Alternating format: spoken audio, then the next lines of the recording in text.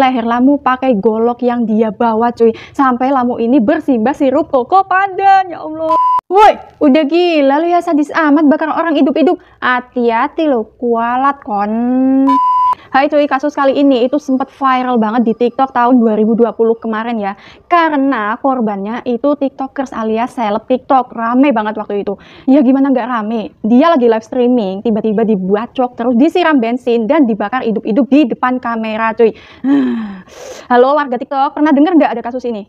Nah langsung aja ya kita masuk ke ceritanya.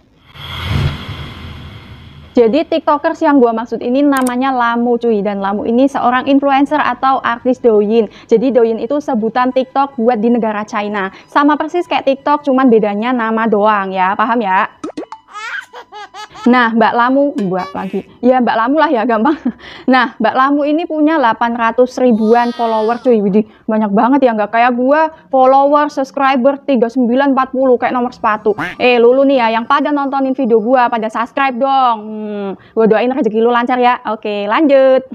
Lamu ini tinggal di Pegunungan Aba, Provinsi Sichuan, China Barat cuy. Dan Lamu ini adalah seorang janda dengan 2 orang anak. Dan pas kejadian dia itu berumur 30 tahun. Wih, masih muda banget ya. Jadi konten-konten yang diupload atau dibikin sama Mbak Lamu itu adalah jenis daily vlog yang menunjukkan aktivitas dia di pegunungan itu cuy. Jadi kayak dia nanam sayuran, terus metik apa gitu loh. Tahu kan pasti? Wih, pasti seger banget loh itu. Seseger wajah orangnya.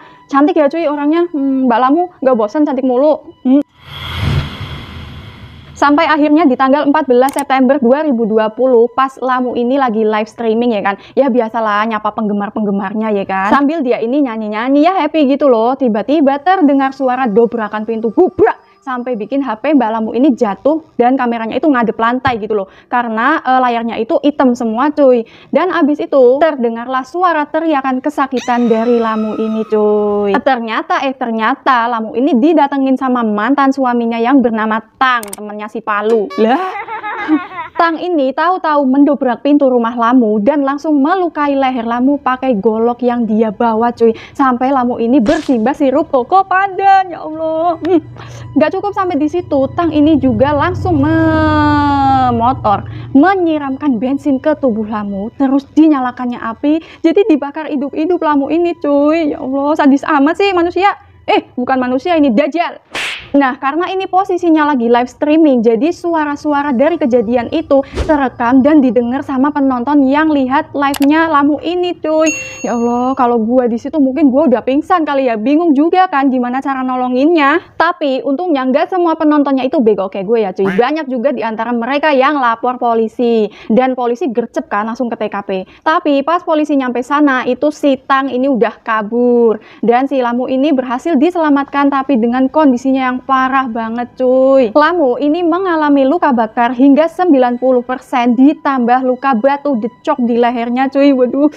Habis itu Lamu ini langsung dilarikan ke rumah sakit terdekat dan mengalami koma selama 2 minggu cuy.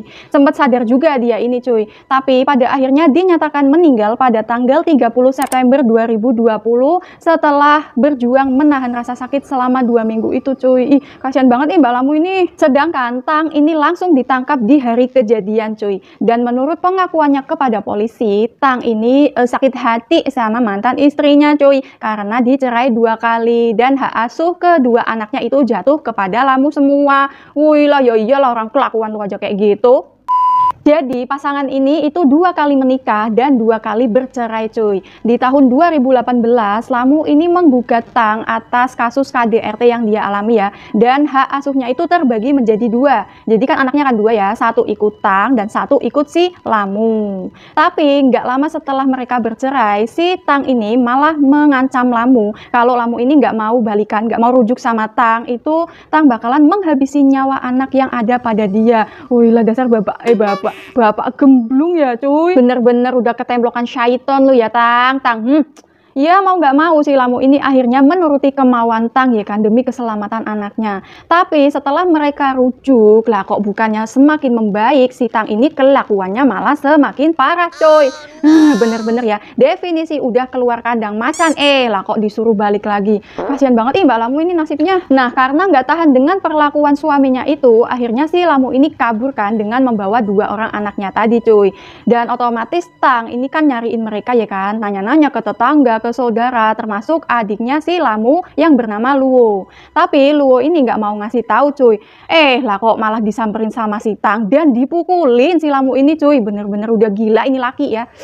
Nah karena hal ini keluarga Lamu melaporkan kejadian ini ke kepolisian ya kan. Tapi karena kurangnya bukti akhirnya kasus ini itu ditutup cuy, nggak dilanjut gitu loh. Waduh. Terus di tanggal 30 Mei 2020 Lamu ini menggugat cerai Tang untuk kedua kalinya cuy. Dan hak asuh anak mereka itu jatuh ke tangan Lamu semua. Jadi dua-duanya itu ikut Lamu ya cuy. Ya iyalah orang bapaknya aja kayak gitu kok. Tapi ternyata hal itu justru bikin Tang ini menjadi gelap mata sampai bisa melakukan hal kejam itu kepada mantan istrinya cuy.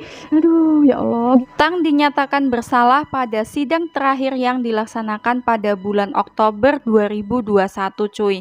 Dan telah dieksekusi mati pada Sabtu 16 Juli 2022 kemarin cuy. Ya sepadan lah ya, nyawa dibayar nyawa.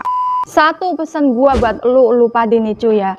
Orang kayak si Tang itu banyak banget di dunia ini cuy. Jadi kalian itu harus hati-hati kalau mau jalin hubungan sama seseorang. Jangan karena dia cakep, ganteng, cantik terus main comot aja lu pacarin, lu nikahin. Jadi lu itu harus tahu a bibit, a bebet, a bobotnya. Oke.